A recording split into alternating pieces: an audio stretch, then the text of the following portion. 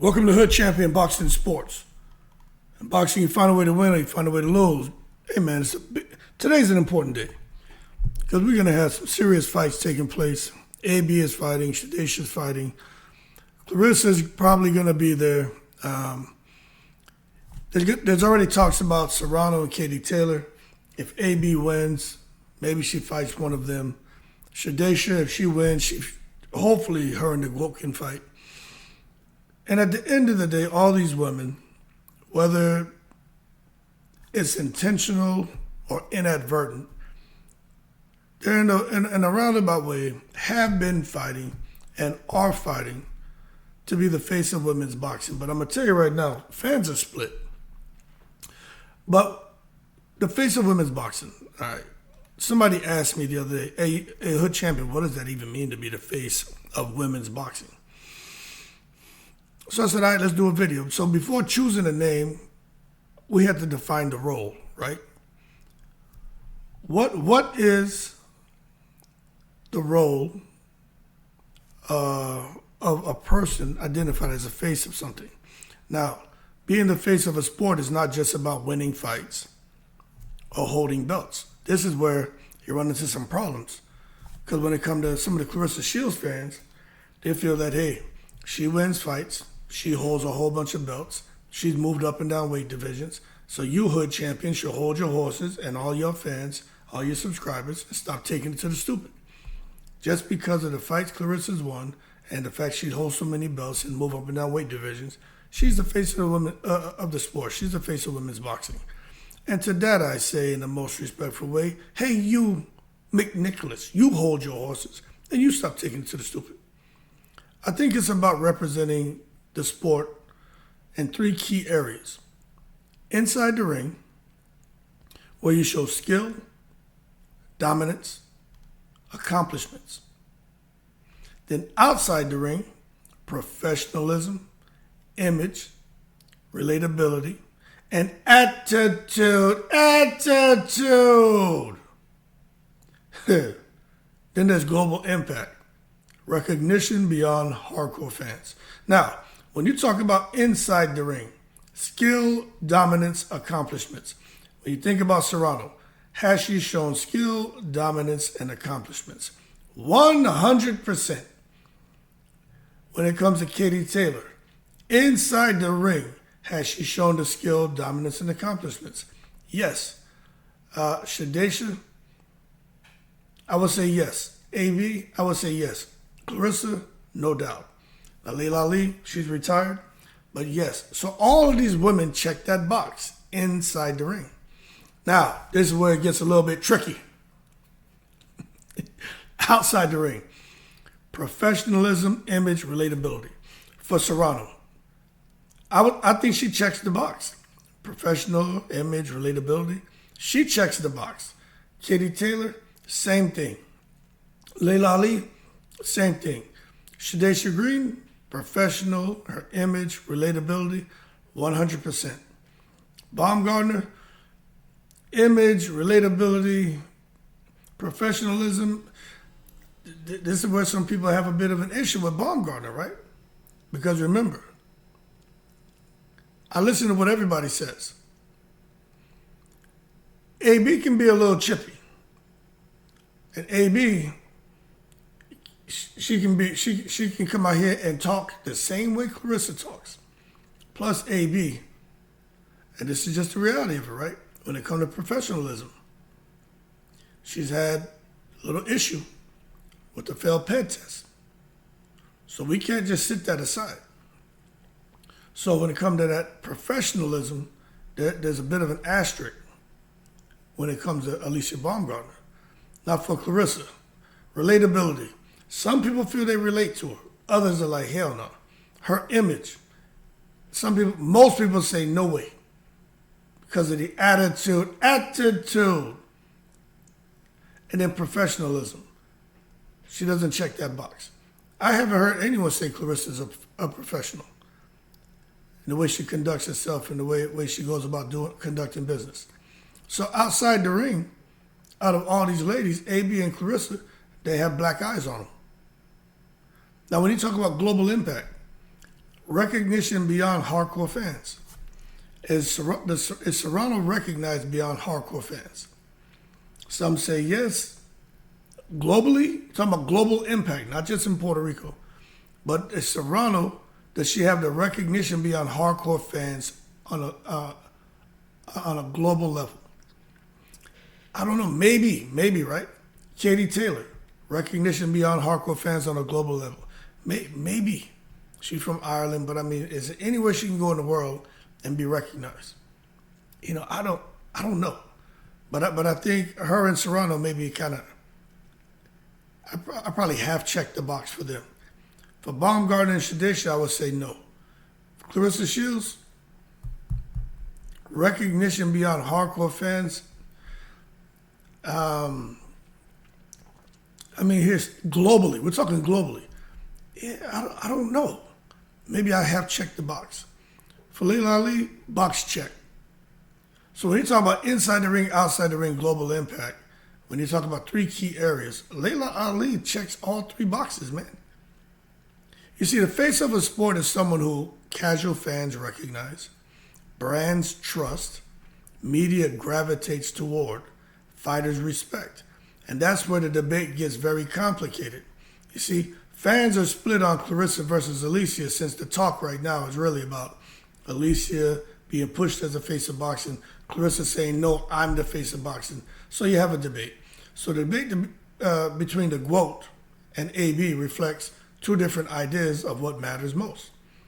Now, with Claressa Shields' case, look, historic accomplishments, the Olympic pedigree, multi-division success, proven dominance. From a pure boxing standpoint, her resume is nearly unmatched. But fans who criticize her often focus on the public interactions, whether she's on a talk show, she's just doing an interview, or she's at home on her computer and how she go on at fans. Listen, she brings a lot of attention on herself, and most of the time it's not the best attention in the world. So she gets criticized a lot. And although I know some people wake up in the morning and don't brush their teeth or wash their face or wash their ass, and the first thing they do is get on the computer and throw jabs at her. But the bottom line is, because of the way she's conducted herself with her public interactions, people don't like her. And then her tone in interviews on social media, it's offensive. And her online presence is abrasive. So again, this is perception, not objective fact. It's just perception. It's just a conversation. Now with Alycia Baumgardner, she brings something different.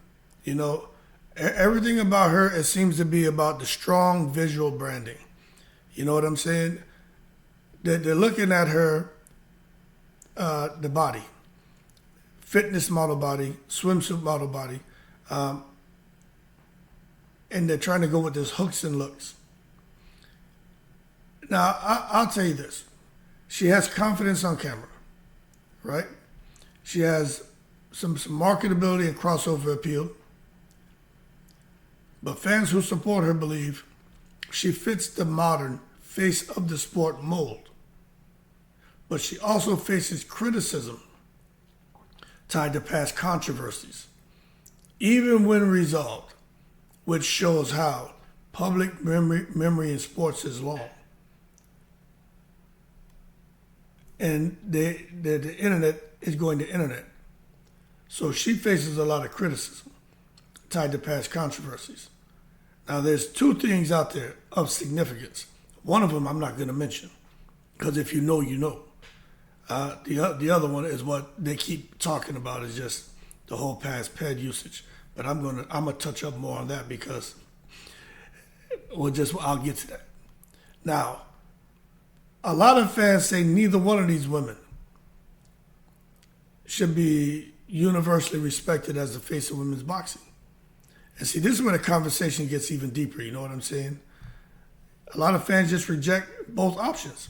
They believe the face of the sport should be universally respected, not just talented, not just popular, not just because of a look, but unifying, be inspirational, and have a consistent message, and also with their behavior. So when I listen to the fans and I hear them saying these things, it's not just about talent or who's popular hood, who can unify the people, who's inspirational, who's consistent in message and behavior. And that tells me that fans aren't just judging boxing anymore. They're judging character, they're judging image, and influence. So when you think about character, image, influence, and you start talking about Serrano and Taylor, they got it. You talk about AB and Claressa. Hey, look, some people think they have it, some people think they don't. They should. Some people think she's on the way. But Ali, box check. And that's why Laila Ali still holds that position, man. She continues to be mentioned for one major reason, especially by Claressa Shields and Papoose Pap. They love to mention Laila Ali's name. Laila Ali not even thinking about them. But they keep mentioning her name because they know deep down that the GOAT is not the face of women's boxing. They know it's Laila Ali. And it's not going to change anytime soon. I'm telling you, it's not going to change. That's why she's always being mentioned. She is the bar. Because she's been consistent over time. Laila Ali has been consistent over time. She represents humility, professionalism, composure, stability, clear public image. I mean, hell, even in retirement, she's maintained her brand. She's grown her brand. She avoids controversy, even though the GOAT tried to bring it to her. She killed her with intelligence. And she stayed visible in a positive light. And you know what? That matters. Because the face of a sport doesn't just shine in moments. They endure over time. You know what I mean? They show resilience, perseverance, and they find a way to win. Laila Ali has done that, and that's why she holds a position. And that's why Claressa Shields is, if she had an opportunity, she'd probably bite her. You know what I'm saying? Because Claressa she can't control herself when it comes to Laila Ali. She get angry. I don't know what the hell. You want to fight the woman for what? I mean, we already talked about this. I ain't trying to get into that, but I mean, what the hell? But hey, what Claressa should be asking herself, instead of going, man, please, Laila Ali, Laila Ali, she just Muhammad Ali daughter. Laila Ali, hood champion, he just like her. That's why he talk about her. Hood champion. I wonder about him. I got my eye on him. I got my eye on hood champion. Man, please. Yeah. What she should be doing is looking at Laila and saying, what did she do right? And what is she still doing right? But you know what's funny about that? Laila Ali tried to tell her. She tried to school her. Put her under her wing and lead her down a path of greatness which could have resulted in unimaginable wealth. Instead, she chose to do it her way, and now she has unimaginable headache because she wanted to go and say, man, please. If she says she don't see no woman that really give her a challenge, well, I'm like, no.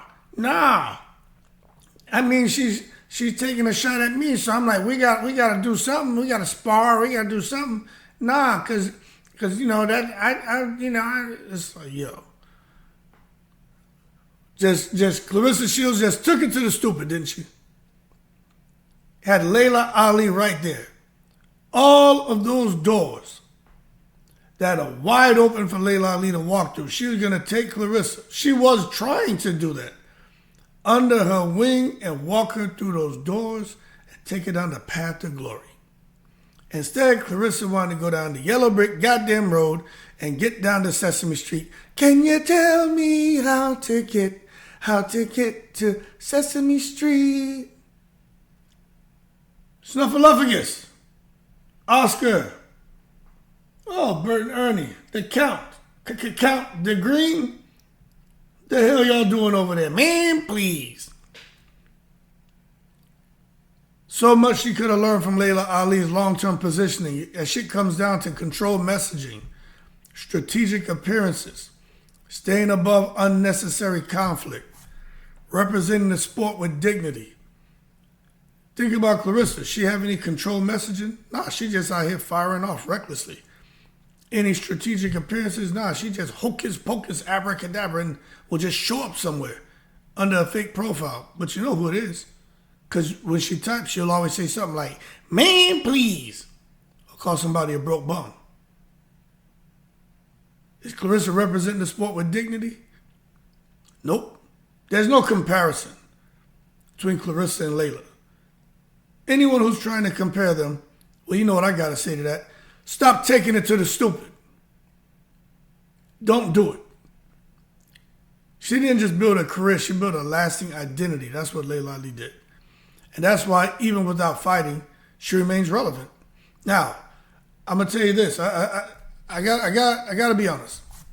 Katie Taylor and Amanda Serrano, they deserve to be in the conversation, but they get overlooked. Okay, they get overlooked, and this is one of the most interesting parts of the debate. Katie Taylor and Amanda Serrano have delivered historic fights, elevated women's boxing globally, proven elite skill and toughness. No one can question that. Yet some fans feel they don't represent the face because recognition among casual fans varies. Their branding is a bit more reserved. You know, they're not out there like Claressa Shields. You know, I like to describe two different types of nice. You got the nice, somebody, suit, tie, clean cut, cologne down, looks professional. Then you got the loud nice, a pimp, big ass hat, colorful ass suit, platform shoes with goldfish in that motherfucker. You know what I mean? It's still nice, but that's loud nice. Claressa Shields is loud nice. Katie Taylor and Amanda Serrano are more of the nice. But they're so reserved that I think it hurts them. It hurts them to a certain extent. Plus, they're closer to the later stages of their career. Both of them are going to be retiring sooner than later. I think Katie Taylor has one more fight. She's up out of here.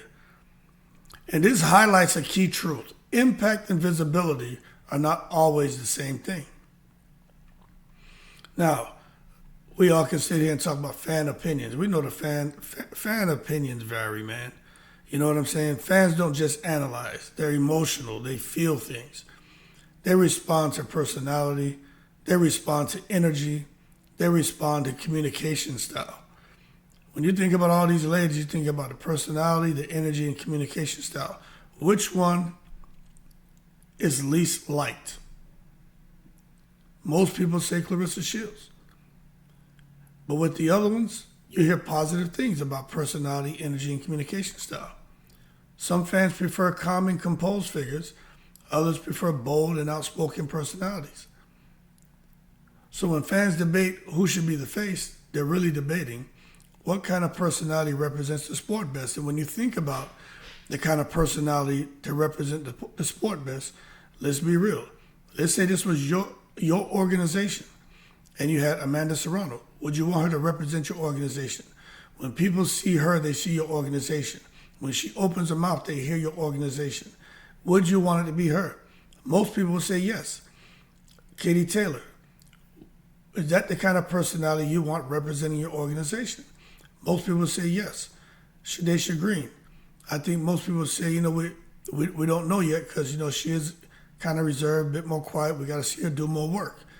When it comes to Alycia Baumgardner, some people say, you know, with that kind of personality, maybe so, but I've heard other people say, nah, she talking too much, sound too much like a company woman. Nah, we don't want her because we can see through that. We feel like she's being fake. Other people say she's being professional. They're like, y'all are hating on her. You know what I'm saying? There's nothing wrong with the way she's conducting herself. But the bottom line is everyone has an opinion. People are split. You get to Claressa Shields. I haven't heard anyone say they want her to represent their organization. But when you get back to Laila Ali, everybody agrees on that. And that's really what it boils down to. What kind of personality represents the sport best? And take the emotion out of it and just have a genuine conversation. Now, the modern era is what we're in. Shit's harder now, you know what I'm saying? In today's era, social media, social media is the internet is the darkest. Social media is the most toxic shit ever created, man. But there's some huge pros to it, but the cons and the downside are just outweigh the pros, in my opinion. This shit is horrible. But social media amplifies everything. Every statement is analyzed. Every moment becomes content. Even if you don't say anything or do anything, people will create content. If you just disappear from the internet, they have nothing to say. So they'll be like, her champion hasn't been here for a month. That means that something happened. He got arrested. Her champion probably got a divorce. He probably was running up and down the road with his ass cut out his underwear. He probably was out there fishing and ended up in the ocean. You see? So you're in a lose-lose when it comes to the internet. They create content out of thin air. And that makes it harder than ever to maintain universal approval when the people creating content are just making up shit and lying on you and just intentionally trying to tear you down for views and clicks. But when you give them a reason to talk about things and they're talking specifically about something you did or you said, well, then hey, you lose the argument. It's your fault. Own it. Take accountability. But trying to maintain universal approval, there's a science to that. But I think one step towards maintaining universal approval is just staying the hell off social media. Social media is addictive to some people. But you got to understand, visibility brings both support and criticism. You got to be visible. But when you're visible, just try to be professional. You're going to get support, you'll get some criticism, but it won't be as much criticism as when you're coming out here and you're visible, but you're being toxic. So I said all that over the last 22 minutes just to come out here and ask the question, have these women done enough? The honest answer is yes. And also, the story isn't finished. When it comes to the GOAT, who's being, managed by Claressa Shields. She's done enough inside the ring. Baumgardner is building her case. Katie Taylor and Serrano helped elevate the entire sport. But being the face is not just about what you've done. It's about how you're perceived right now. And Shadaysha Green is also building her case. But how you're perceived right now at this moment, that's the question. How are they perceived? Now, to truly hold that position, a fighter needs elite skill and credibility, in my opinion, consistent professionalism, broad appeal beyond hardcore fans, strong communication and presence, and the ability to unify, not divide fans, not to divide female boxing. And that's a rare combination. When you talk about elite skill and credibility as a fighter, all of them have it. All of them have it. Who's more elite? I don't know, man. Some people say it's Serrano, some say Katie Taylor, some say Claressa. But the conversation drifts back towards, I think, Katie Taylor. I really do. Katie Taylor. Now, Laila Ali's retired, so, we're not even going to include her in there. But I'm be honest with you, I hear more people talk about Katie Taylor as far as being elite skill-wise. They say they all have skill and they all have credibility as fighters. Now, consistent professionalism. Who has consistent professionalism? I think Katie Taylor. I think Amanda Serrano. Not Claressa Shields. Not AB. I think Shadaysha is showing that. And remember, Laila Ali's she's the face of women's boxing, but we're not including her because she's retired. but broad appeal beyond hardcore fans. Who has the appeal beyond hardcore fans? I think there's some truth there for Serrano. I think there's some truth there for Katie Taylor. I think Baumgardner is working on her stuff. I think Shadesha's working on her stuff. I think Claressa is her own worst enemy. Strong communication and presence. Claressa drops the ball. Because, yes, she's vocal, but, I mean, she's mostly out here cussing and carrying on and just being very unprofessional as far as her communication. As far as the presence, everything about Claressa is combative, attitude. She's even said she will come off when she meets somebody as very like standoffish, quills out, bit of an attitude, just to let them know, don't, and I'm paraphrasing what she said, kind of like, don't mess with me. But as she gets to know them and stuff, then she kind of lets her guard down and she's more friendly, more accommodating. That's not creating a strong presence. That's creating a shitty presence. So Claressa, again, as far as qualities the face must have, she just doesn't qualify. Now, when it comes to AB, strong communication and presence, some feel she checks the box. Some feel Serrano and Taylor, Shadesha is work in progress. And then the ability to unify, not divide. Well, AB, I don't think she qualifies. She's a work in progress. Claressa does not qualify. Shadesha's a work in progress. Serrano and Taylor, they do have that ability. But the bottom line is that's a rare combination. That's a lot of expectation. But I'm going to tell you right now, if you want to be the top 1%, own it. You know what I'm saying? They don't just put anybody in the top 1%. If it was easy, everybody would be there. So it's not easy. It's not supposed to be easy. It's not going to be easy. So shut up. If any of these women want to be the face of women's boxing, especially Claressa, shut up. You need elite skill and credibility. You need consistent professionalism. You need broad appeal beyond hardcore fans. You need strong communication and presence. You need the ability to unify, not divide fans. That is a rare combination. That's difficult. But if any of them want to be the face of women's boxing, that's what they got to do. And I do think Serrano and Taylor, I think they do all that. I haven't heard or seen them. Well, actually, I ain't gonna lie. Let me stop. I have seen Serrano take shots at Claressa. I have seen her take shots at Claressa. So even she, as far as the ability to unify, not divide, I can't put her in there. But they're responding to the shit, Claressa, like they go back and forth. It's entertaining to me. But yeah, I can't put Serrano as a face of women's boxing. I'm being fair right now. I can't do that. Katie Taylor, I don't think I've heard her say anything crazy about anyone. Yeah, I think it comes back to Katie Taylor, man. I ain't gonna lie. I'm being honest with you. When I look at this breakdown that I created, I just think it's Katie Taylor. But hey, it is what it is. At the end of the day, the debate isn't really about one person.